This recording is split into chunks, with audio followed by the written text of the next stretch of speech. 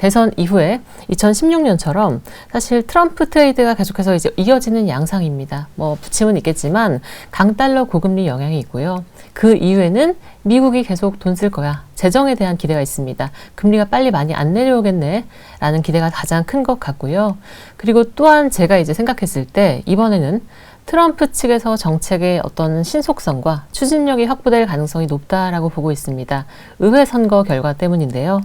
우리 6페이지 봐주시면 사실상 의회까지 공화당이 우위다라고 하게 되면 결국 정책의 일관성과 신속성 측면에서 달러에 조금 더 이제 우호적인 그림이 나올 수가 있겠습니다. 관세든 이민자 정책이든 아니면 법인세 인하든 그들이 하고자 하는 정책들에 대해서 조금 더 추진력을 얻게 될 수가 있는데 그럼 결국은 강달러 고금리 연간으로 이어지는 거 아닙니까? 라고 생각을 많이 하실 것 같습니다. 저희가 일단 단기적으로는 어떤 말씀을 드리고 싶냐면 지금 시장이 과연 쏠림이고 오버슈팅이고 다 일시적으로 선반영된 것일까? 저희는 그 기저에는 일단 지금 강한 미국이 있다라고 생각을 하고 있습니다. 그게 지금 보시는 7페이지고요. 사실 고용이든 물가든 여러 가지 펀더멘털 지표를 좀 말씀드릴 수가 있지만 제가 제조업 지표를 한번 가져와 봤습니다. 사실 이제 월 초에 나왔던 제조업 지표 역시도 좀 반등하는 그림인데 사실 두 번째 그림입니다. 우리 미국 제조업에서 조금 더 가지고 가고 싶은 환율 정책은 약달러다라는 얘기 많이 들으셨죠. 수출 경쟁력 때문인데요. 사실 그럼 전 반문을 하고 싶습니다. 이번 경기 사이클에서 달러가 강했는데 미국 제조업이 안 좋았느냐. 두 번째 그림 보시면 그 상관계수가 좀 반대로 가 있습니다.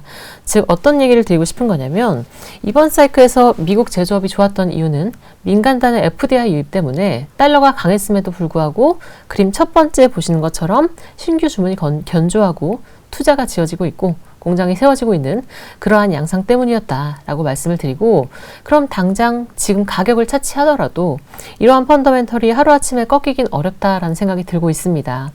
이런 상황에서 우리가 8페이지를 보시면 결국 제가 환율은 상대가치다 늘 강조를 드리는데요. 미국과 나머지 지역의 기준금리 격차를 보시게 되면 무려 연준이 50bp로 인하로 이번 사이클을 인하로 시작을 했지만 계속해서 금리 격차는 더 커지고 있는 모습을 보실 수가 있습니다. 트럼프 당선 때문이고요. 지금 12월에 접어들었는데 작년 12월과 재작년 12월과는 분위기가 좀 반대다라고 봐주시면 좋겠습니다. 우리 작년 연말 때 보시면 이때죠. 보시면 미국이 이제 경기가 안 좋겠네. 금리 인하할 거네.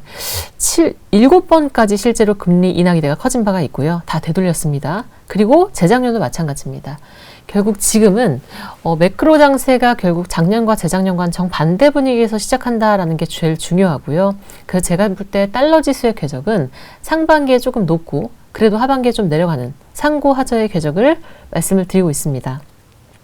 다음 페이지를 봐주시면 저는 이제 이렇게 생각을 합니다. 우리 트럼프 쪽에 대한 정책 때문에 강달러에 대한 전망이 커지고 있지만 사실 100이면 100 다 모든 정책이 강달러를 지지하진 않습니다. 첫 번째 그림을 보시게 되면 이게 사실 유가 쪽인데요. 결국 에너지입니다. 달러 지수가 좀 올라왔고 결국은 강달러는 수입 물가를 좀 내려오게 만드는 요인이 있는데 실제로 첫 번째 그림 보시면 수입 물가가 영선 밑으로 좀 안정이 되어 있는 상황입니다.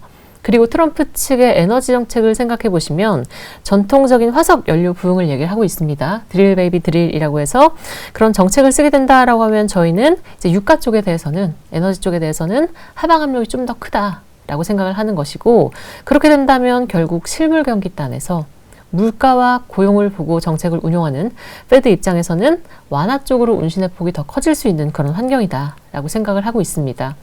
또 하나 두 번째는요. 결국 국가별로 대미 무역 수지 흑자를 보시게 되면 다른 나라로 하여금 계속해서 미국한테 무역 수지를 벌어가는 걸 지금 경계를 하고 있는 건데 지금 엔화도 그렇지만 원화도 위안화도 계속해서 약세의 기조입니다.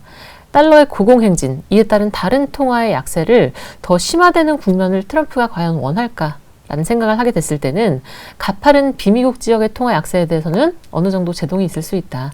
그거 막으려고 지금 관세를 하겠다라고 하는 거고 이번에 한국 역시도 그 관찰 대상국 다시 등재 리스트에 들어갔다라고 이제 생각을 할 수가 있죠. 그래서 아마 이런 정책 불확실성을 고려했을 때 단기적으로 달러는 지지가 되겠습니다만 연간으로 그들이 펼치고자 하는 정책들을 봤을 때 계속해서 달러가 세지기만 할까? 저희는 그렇지 않다라고 봅니다.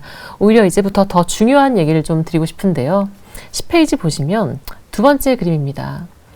미국과 나머지 지역의 경기 격차가 더 커지지가 않고 오히려 차츰차츰 줄어들고 있는 그림을 보실 수가 있습니다.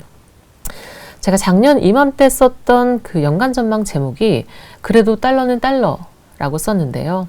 미국이 기준금리를 인하해도 다른 나라보다 견조하면 달러는 강했다라는 걸 좀 주장한 바가 있습니다.